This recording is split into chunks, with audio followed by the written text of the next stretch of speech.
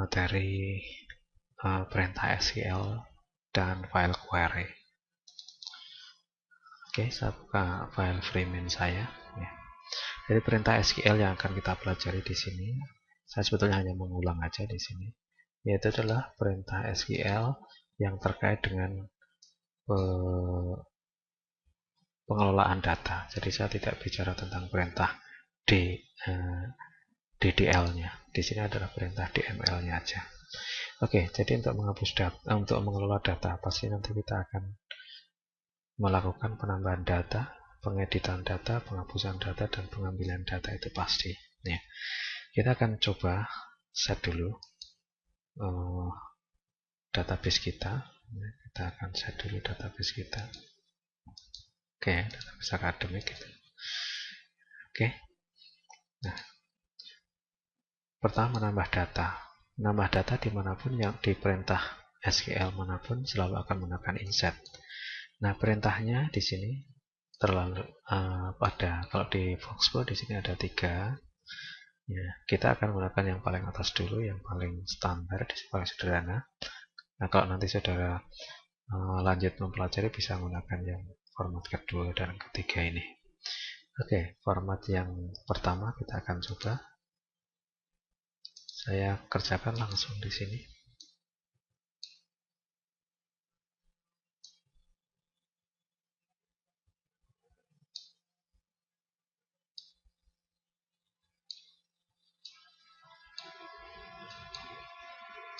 Ya, saya akan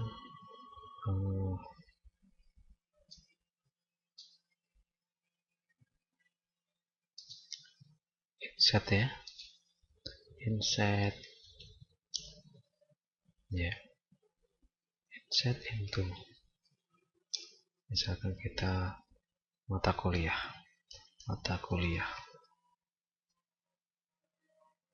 values. Oke. Ya, ada beberapa cara penulisan untuk tabelnya. Kalau saya menulis tanpa mendaftar kolomnya, maka kolomnya harus sesuai dengan urutan yang ada di tabel mata kuliah ini. Saya bisa modify ya. Nah, ini mata kuliahnya ini. Nah, ini urutannya. Insert into mata kuliah, tanpa saya tulis daftar fieldnya.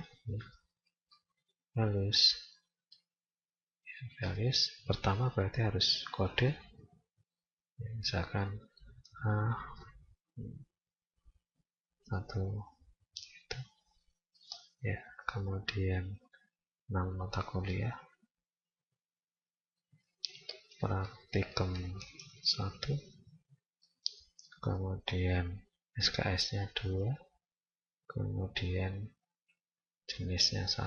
Nah, kalau saya enter di sini, ya Anda perhatikan di sini, ya ini praktikum masuk di sini. Anda perhatikan. Yang perlu Anda catat di sini bahwa jenis-jenis tabel yang ada di sini ini harus sesuai dengan jenis kolom. Pada jenis di sini, ya, pada jenis Anda perhatikan di sini, walaupun di sini isinya angka, tapi jenisnya karakter. Kalau saya isikan begini,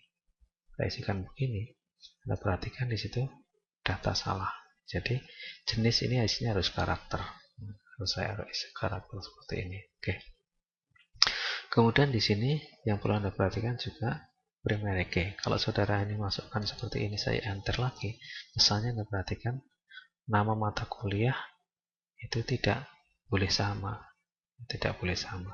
Kalau seandainya saya isi dengan praktikum 2 gitu, Anda perhatikan di sini.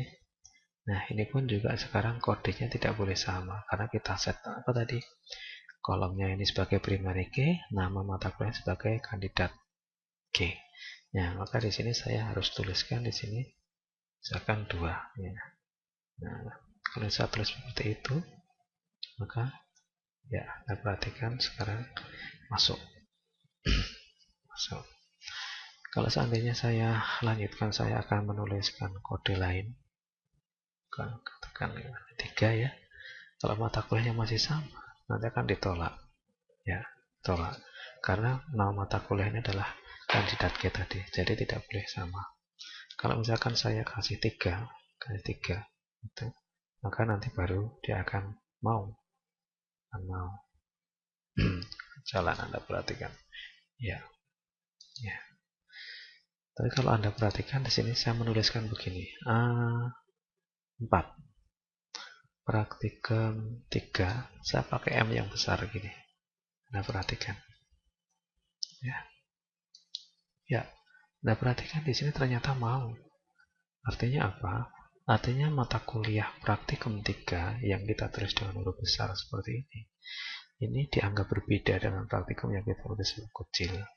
Nah, ini menjadi permasalahan kita yang harus kita selesaikan. Nah, di mana kita menyelesaikannya? Di sini. Kita coba buka lagi mata kuliah, kita modify. Ya. Pada kunci indeks di sini. Nah, di sini seharusnya itu kita harus membesarkan. Agar apa? Agar pengecekan nanti mendasarkan pada penulisan mata kuliah setelah dibesarkan. Kita menggunakan fungsi upper. Ya, fungsi upper. Oke. Nah, oke. Yes. Oke, ini datanya belum beres dulu. Ya, datanya kita ganti dulu ini. Datanya saya ganti praktikum 4 misalkan. 4. Oke, maaf. 4. Ya, kalau praktikum 4. Oke, kita set dulu ya. Kita set. Ya. Ini sini harus kandidat. Oke. Nah, jadi perhatikan sekarang kita ngeceknya. Sekarang saya akan tambahkan, saya insert lagi yang tadi. Ya. Misalkan saya menggunakan A55. 500. Kalau praktikum 3 begini, saya perhatikan. Ya, nanti tidak akan mau dia. Saya perhatikan. Iya. Nama mata kuliahnya sama. Jadi praktikum 3 dengan M besar dengan dengan penulisan huruf kecil, walaupun kodenya itu berbeda, tetap nggak mau. Ini yang perlu kita catat. Nah, kalau misalkan saya akan memasukkan lagi A-nya di sini huruf kecil. Ya, Anda perhatikan di sini A4, tapi A-nya huruf kecil. Nah, seperti itu. Sekarang praktikum 5, katakan gitu. Praktikum 5. Anda perhatikan di sini kodenya sama dengan yang cuma pakai huruf kecil di situ. Anda perhatikan namanya sudah berbeda ya. Iya. Nah, Anda perhatikan di sini masuk. Ini artinya apa? Kasusnya sama dengan sini tadi. Jadi kita harus ngecek dengan huruf besar. Maka hati-hati kalau sudah membuat primary key yang itu mengandung karakter, bukan angka, ya, bukan angka. Jadi kita akan set dulu di sini. Misalkan di sini adalah A5. Oke, seperti itu. Jadi kita betulkan settingnya di sini untuk indexes.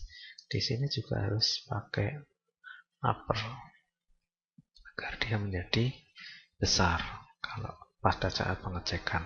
Ya. Oke, ya gitu. Ini harus kita.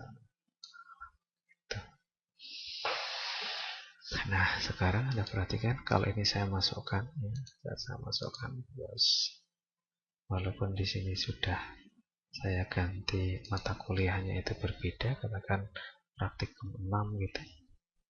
Karena di sini adalah A400, maka Anda perhatikan di sini, ya, ini kodenya ditolak. Kode ditolak. Kalau saya tulis A5, ini juga nanti akan ditolak, apalagi tidak akan ditolak di sini. Akan ditolak. Oke. Jadi di sini saya harus mengganti dengan kode yang lain agar praktikum 6 bisa masuk. Ya. Oke. Nah, itulah satu permasalahan yang tadi belum tertangani pada integritas referensial. Nah, pada saat kita melakukan insetting di sini, ya, kita juga bisa menuliskan ya, seperti ini, mata kuliah. Kemudian kita daftar, misalkan nama, MTK, kemudian kode, kemudian SKS, kemudian jenis. Ya, jenis. Maka di sini pada urutan di sini ini juga harus mengikuti apa yang kita tuliskan di sini. Di mana di sini kodenya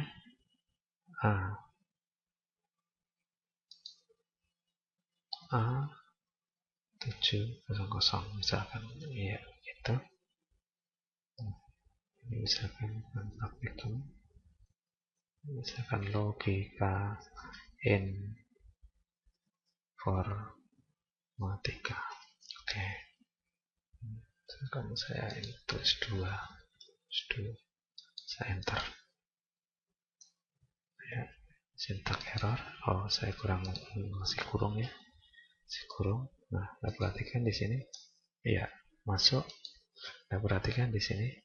Jadi urutan ini ya harus sama.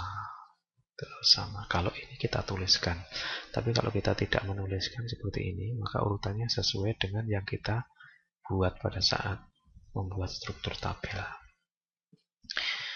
Oke, itu terkait dengan insetting. Nah, berikutnya di sini kita akan coba penghapusan dulu dengan delete. Ya, delete. Ini perintah standarnya, ini perintah standar. Oke, kita akan coba delete. Delete from mata kuliah. Ya, kalau ini saya lakukan, ya, saya enter. Anda perhatikan di sini. Nah, di sini akan dicegah penghapusan itu. Anda perhatikan kenapa dicegah? Karena kita sudah nge-set database kita dengan restrict. Tapi kalau kita belum nge-set integritas referensial, maka ini semua terdelete semua. Ya. Nah, jadi yang dapat kita hapus hanya mata kuliah yang tidak digunakan di KRS. Misalkan, where kode sama dengan A700. Ya, 700 akan ini. Saya enter. Nah, Anda perhatikan di sini ini terdelete. Ini terdelete. Nah, sehingga data kita ini akan terjamin ya dari sisi penghapusan yang salah. Itu. Jadi kita tidak bisa menghapus secara ngawur seperti itu, sehingga mata kuliah yang dipakai di KRS itu juga ikut terhapus. Itu sudah kita cegah. Oke. Nah, kita sebetulnya masih bisa menghapus dengan dengan klausal pemilihan yang lain sebetulnya, yang lain. Oke, kemudian yang berikutnya adalah update untuk mengupdate data. Mengupdate data di sini perintahnya adalah update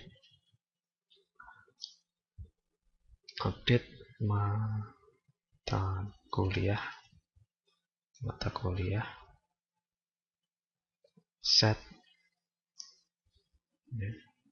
nama MTK sama dengan misalkan pengolahan citra. Nah, kalau ini saya jalankan, maka berarti saya akan mengubah semua nama mata kuliah ini dengan pengolahan citra. Tapi kalau ini saya enter, Anda perhatikan di sini uniqueness index violated. Tidak bisa karena apa? Kita ngeset tadi nama itu sebagai unik. Ya, tidak boleh ada yang sama. Nah, sehingga itu yang perubahannya yang pertama saja. karena kita setting updatingnya tadi, maaf apa namanya, kolom nama mata kuliah tadi sebagai kandidat.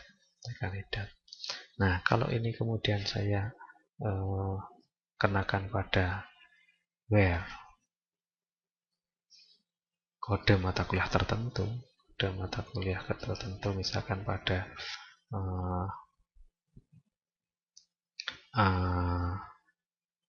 A500 katakan gitu ya. Tapi ini mata kuliahnya tidak boleh sama ya, cita 1 gitu. Saya enter, ya Anda perhatikan di sini langsung berubah. Oke. Ini yang perlu saudara perhatikan ya.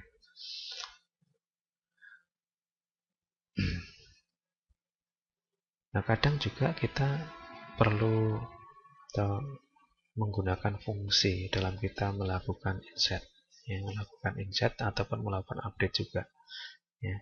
Misalkan kita akan mengisi tabel mahasiswa misalkan ya. Mahasiswa ya. Kalau kita akan mengisi tabel mahasiswa, Anda perhatikan di situ insert into mahasiswa value ya, value. Nah, kita tulis di sini name-nya 1 ya, itu koma Rudianto, kemudian alamatnya Klaten Selatan. Nah, di sini kemudian kita harus mengisi tanggal. Kalau tanggal itu saya isi begini, 12/11/1988 misalkan. Nah, seperti itu, maka Anda perhatikan di sini ya ditolak. Karena Anda perhatikan tanggalnya ini adalah sejenis date. Maka untuk itu saya menggunakan CTOD, C to D, karakter to date. Nah, itu. Saya enter, ya, Anda perhatikan di sini ya. Atau bisa juga menggunakan format tanggal yang sudah kita kenal, kurung kurawal gini ya, kurung kurawal begitu. Nah, 1981 misalkan, 0109 misalkan. Name-nya di sini saya ganti agar bisa masuk. Saya enter ya. Ya, perhatikan di sini. Nah, ini fungsi yang harus kita lakukan, kita terapkan. Selanjutnya yang terakhir yaitu adalah pengambilan data. Nah, pengambilan data di sini kita bisa menggunakan select. Kita akan gunakan yang standar aja, kompletnya seperti ini. Ya, kita mulai yang standar. Jadi perintah select bintang from mata kuliah. Perhatikan ya, ini mengambil semua mata kuliah. Ini adalah semua kolom. Ya, semua kolom akan ditampilkan. Kalau misalkan saya tulis kode saja, Anda perhatikan ya hanya kode aja. Kalau kemudian saya tambahi di sini, yang depan di sini adalah nama MTK, Anda perhatikan ya seperti itu. Ya, kalau ini saya tambahkan SKS, tambahkan jenis gitu. Anda perhatikan ya komplit. Kita pun juga bisa menggunakan fungsi upper tadi misalkan. Anda perhatikan di sini kalau upper, nah ini jadi huruf besar semua. Gitu. Bahkan kita bisa menampilkan ini sebuah ekspresi di sini. Ya.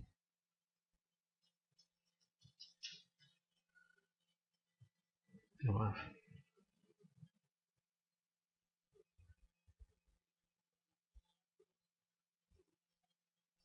Nah, ya seperti itu. Ya, Anda perhatikan di sini hasilnya. Nah, jadi itu adalah sebuah pengambilan pengambilan data ya, dengan menggunakan fungsi. Tapi kita bisa juga melakukan penyaringan where saya kira dengan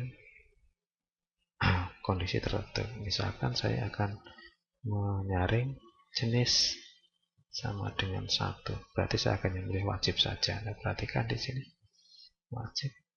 Jika saya pilih 2, maka yang terpilih adalah yang pilihan. Oke, begitu seterusnya. Nah, jadi yang Anda perhatikan di sini kita bisa menggunakan perintah select di sini ya,